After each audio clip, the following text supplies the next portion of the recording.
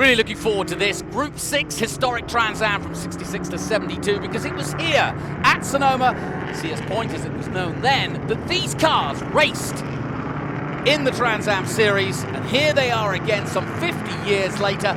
Bill Auckland in the 69 Chevrolet Camaro will take pole ahead of Bruce Canepa in the 1970 AMC Javelin. That's a former Penske car that raced at Daytona in the 24 Hours. Jim Hague and Ken Adams, both in Ford Boss 302 Mustangs, 500 brake horsepower there. And then Forrest Strait and Craig Conley, again in the Ford Boss 302, the 8-cylinder 500 brake horsepower car. On row 4, David Swig in another 1969 Ford Mustang Boss 302, and then Ken Epsman alongside in the 71 AMC Javelin. That's 430 brake horsepower. Row 5 sees Brian Ferrin and James Bittle, the Ford Mustang and the Chevrolet Camaro alongside each other. And this bumper field, row 6 sees another Chevrolet Camaro and a Dodge Challenger from 1970, Richard Goldsmith and Daniel Goldsmith. And then row 7, Nick DeVitis in a 68 Ford Mustang, and Chip Fudge, busy day for Chip, in a 71 Chevrolet Camaro on row 7.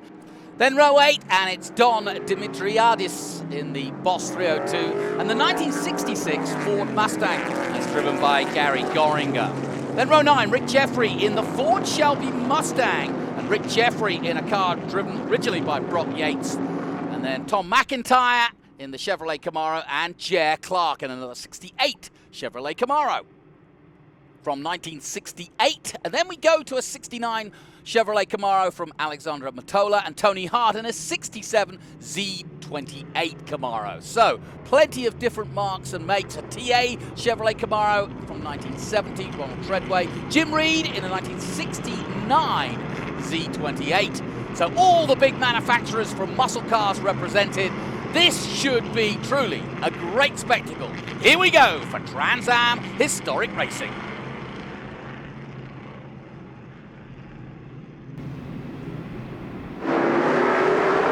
And Group 6 underway. The historic Trans Am cars from 66 to 72.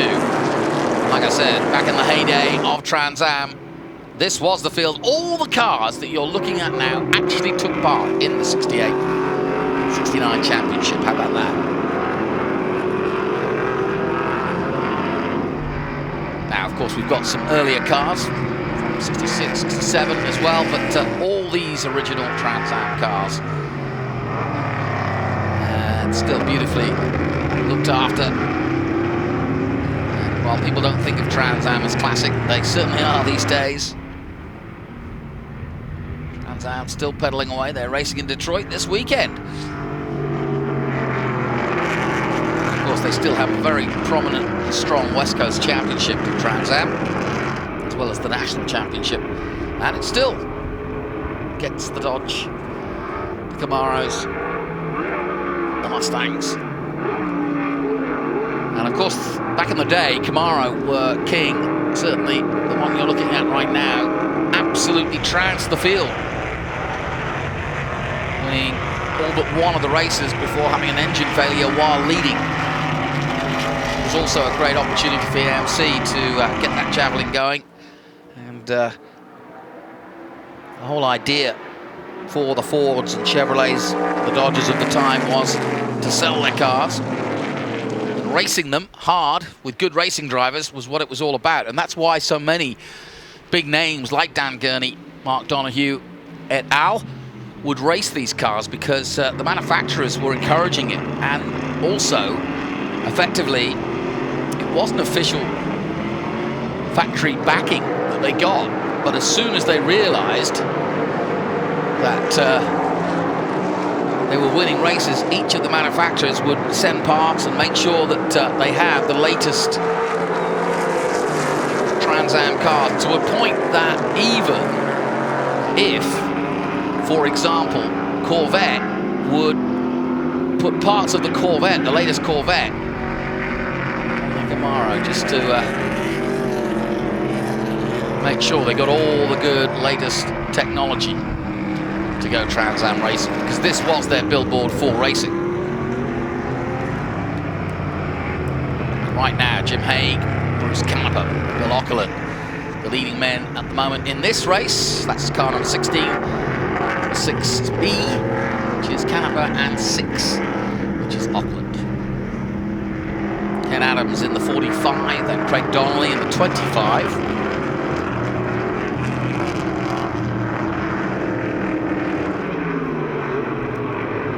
Good clean race so far. Good competitive race too. And already circulating in the low 55s. Look at Jeffrey O'Neill in that number 15. We mentioned already Jeff O'Neill responsible for putting all these cars together. He's in the 1969 Ford Boss 302.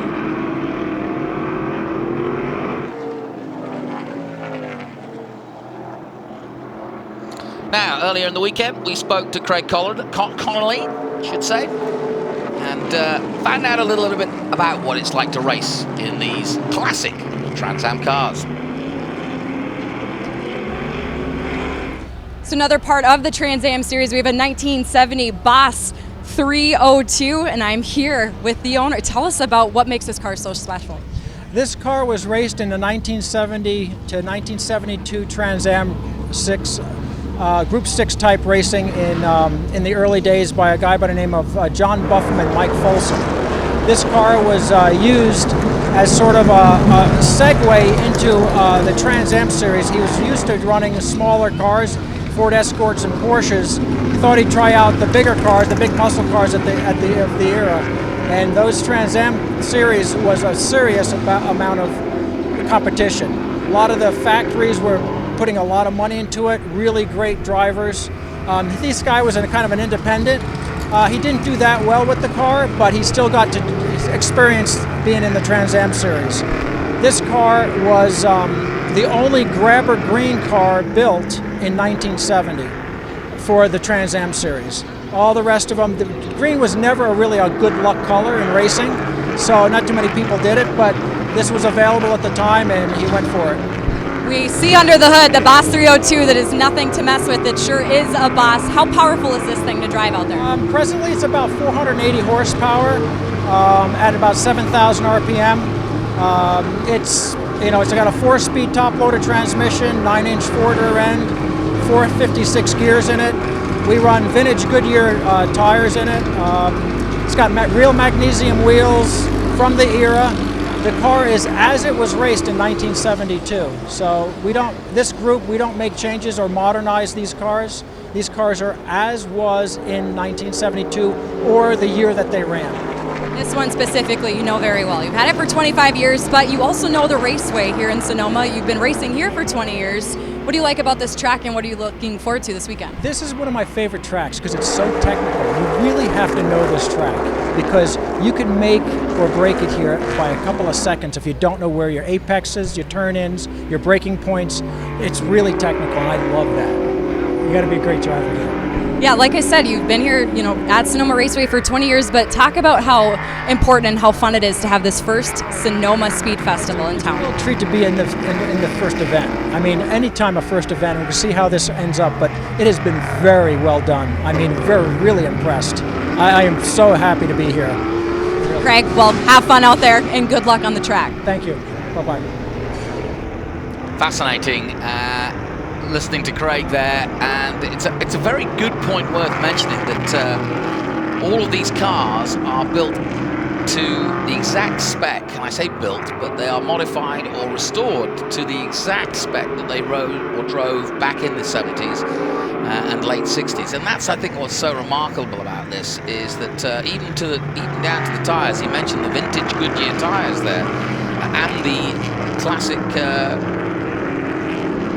wheels as well from the era, and so that is such an important part. The Trans Am historic folk really pride themselves on getting it just right and keep their rules very tight so that it remains that way. A lovely move by Jeff O'Neill up the inside to get into 6th place, nicely done. But it's a real factor that's important to remember that if you have a 1972 car, for example, you cannot put 73 brake calipers on it, or wheels, or whatever it might be. You cannot put advanced technology into any of these cars that weren't of the era, weren't state of the art at the time. So they can certainly run what was going on in 1972 in the case of Connolly, or 68 or whatever. But that's what I like about it. It means that they're as pure can be, and you really do therefore get a good example of what it was like to watch these races at Sonoma back in the late 60s and early 70s. And as you can see, not holding back either.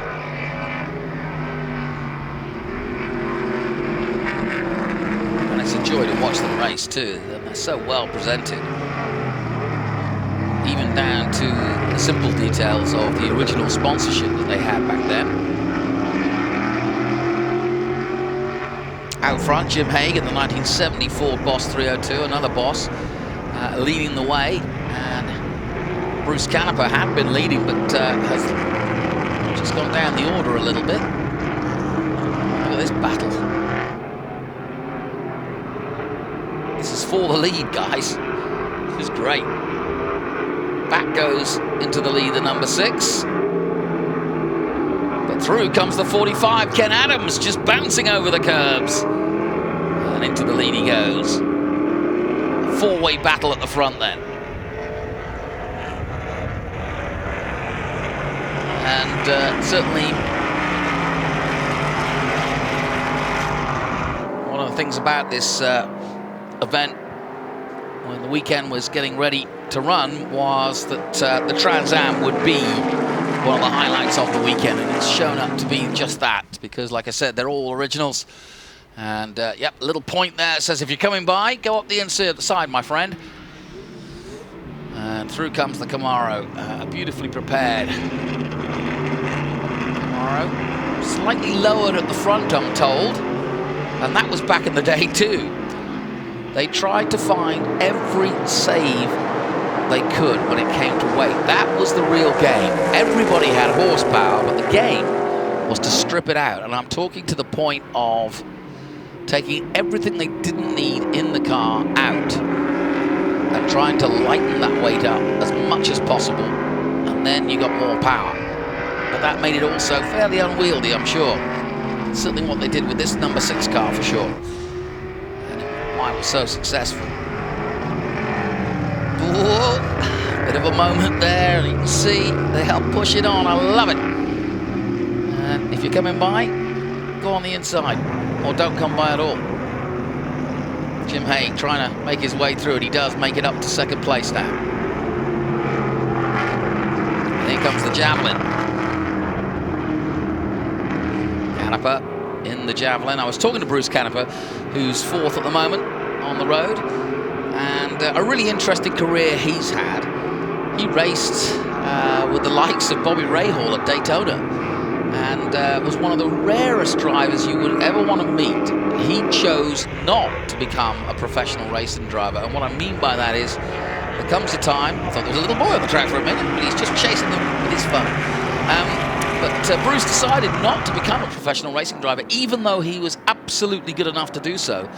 He actually started his own business and said he preferred to do that. And I think I understand it. He said, I wanted to enjoy racing. I didn't want the pressure of having to compete and having to perform, as it were, at the top of my game in racing all the time and every weekend, and effectively placate the sponsors and so on and so forth. All these duties that go with being a professional racing driver. Not a bad life after all anyway, but I get what he says. And since then he went on to race, well, all sorts of cars, including a truck of which he owns, and I'm talking big axle trucks, up Pikes Peak. He still has the record lap time up Pikes Peak in a semi. Think about that, folks. It's hard enough getting up Pikes Peak, but Bruce Canepa, the man you're watching on screen right now, is a record holder. How about that?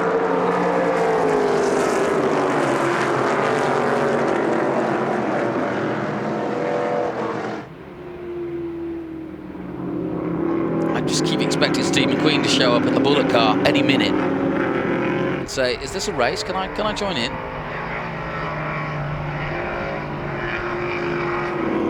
And of course, this is where these cars became renowned around the world, and I've been around to races around the world and seen Trans Am vintage racing. It's great. New Zealand has a huge coverage of historic and modern cars. Now, Don Dimitris is another man I spoke to about racing these cars. He's an Australian, but enjoying racing his particular Trans Am Classic. He's currently in 12th position. Let's hear from him. Now, one of the highlights of this year's Sonoma Speed Festival, of course, is the historic Trans Am cars, and it doesn't get any better than the late 60s, where in fact Sonoma played a part in Trans Am history because they used to hold Trans Am races right here at Sonoma.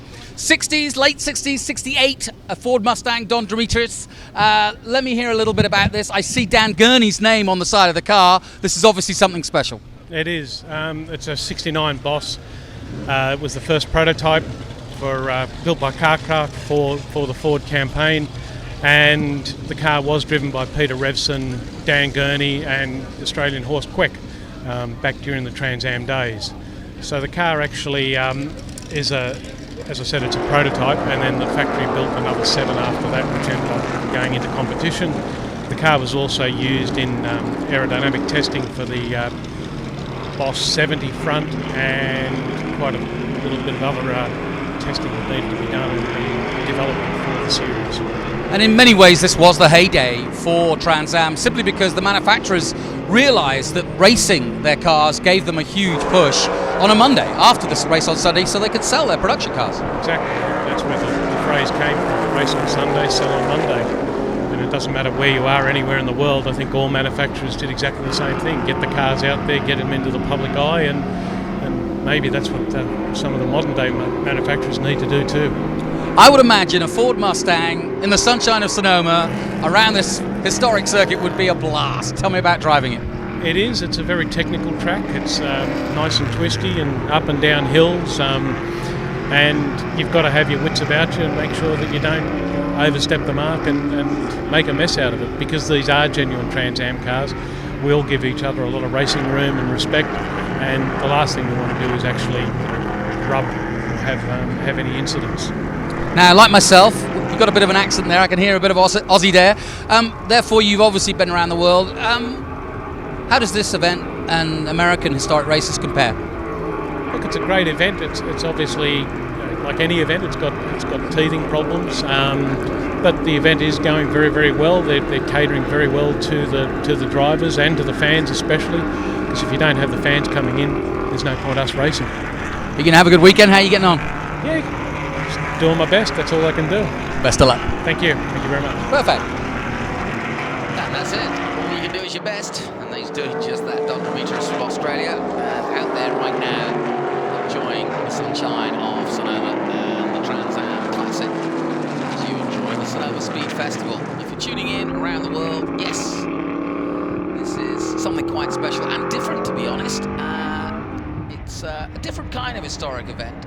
Certainly this collection of cars is unique. We've got some priceless cars, both on display and racing. And then we've got groups like this that are as original as you can get, and they are the very cars in some cases that raced back in the 60s and 70s. And it's really awesome to see these groups of cars and how these groups have come together. We've got 10 groups in all. Yeah, it's just been great, and they're all packed into the paddock behind here in Sonoma, and we've got a great crowd down here looking under the hoods of some of the great cars here, and it's a real cacophony of noise and colour down there. Some entertainment. We've got wine tasting going on, great food, and yeah, I think that's exactly what it's all about, isn't it? Meanwhile, Bruce Canepa has gone back to the front in the javelin. And as you can see, we've got an almighty race between these two for the lead. And here comes the number 16 of Jim Hay. These two have been... whoa, go on! I told you Bruce is a professional. And he took that well, and through comes the number 16. And back into the lead.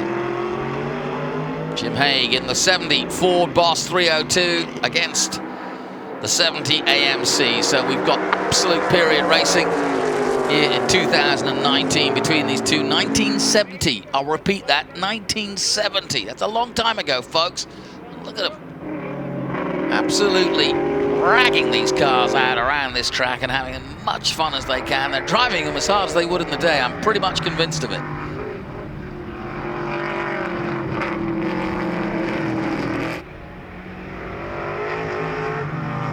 Now, where can Bruce get on level terms with him?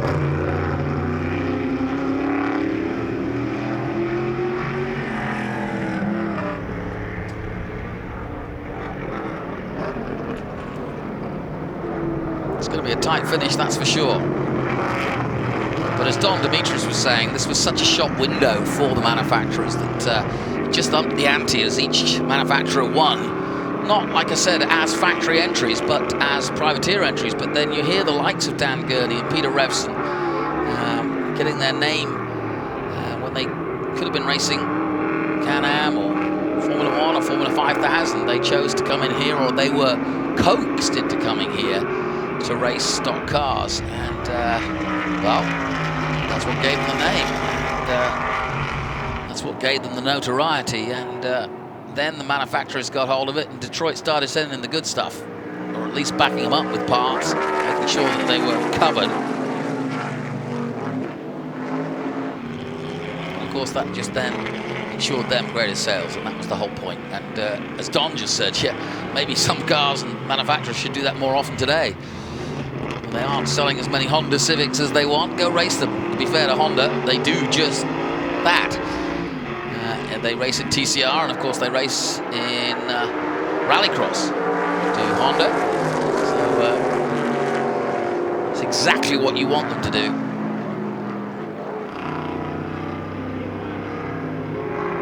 Well, it was all-out war back in the day, and it's all-out war here. One more lap to go in this race, and it's hard to say who's going to win it, because Bruce Canepa's now got the lead again. Jim Hague will come back at him, I'm sure, as they go back up the hill for the last time here at Sonoma. Classic Trans Am racing. Canepa getting that javelin pointed every which way, but straight at times. He's got it straight this time. And now, I think we're going to see a similar move that the javelin made in the previous lap on the Ford. The boss lining himself up for an overtake here, perhaps on the inside, but as you can see, Canepa covering it well, and he's just giving an eye in the mirror. Yeah, he's just going to make it as wide as possible, brake as late as he dare, and that's good driving from Canepa. That's classic driving. Now, will he... Oh, I say that, and around the outside using the power, and he's got the lead, and nicely done. Jim Hague takes the lead here on the final lap here at Sonoma in our last Classic Trans Am race of the weekend. And this has been a doozy. Absolutely fantastic. Is Canepa giving up, or is he going to have one more try? I've got a feeling he's going to have one more try. Here we come. Down the hill. He's close, but will he make it up the inside? There's traffic in the way as well. He gets a good run out of 10. And I don't think he's going to be close enough. He's going to have to do something very special to overtake here. And turning in as the 67, and that might give him one more chance. But I think it's over. And it's going to be Jim Hague who leads them across the strip to win for the Trans Am Classic. Bruce Canepa will follow him home. Oh, and again, another cracking finish. First and second then, Hague and Canepa. And Bill Ockerland taking third place in the number 6.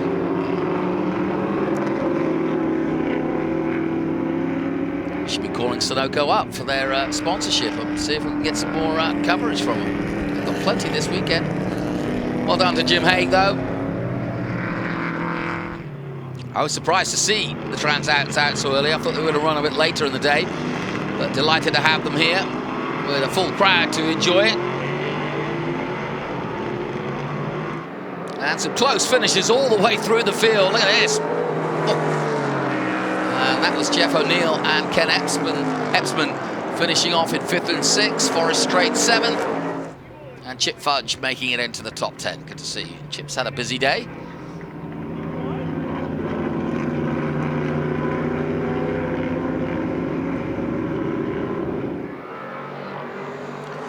So, as the checkered flag waves, she's getting a good workout. we'll have a look at some of the highlights. And off went the javelin into the distance. Canepa led early on, being chased by Bill Auckland. And then Jim Haig made his way to the front. A nice move on the inside at 11 on Canepa. And meanwhile, good battle for 4th, 5th, and 6th. Jeffrey O'Neill involved in that one. Ken Adams getting through.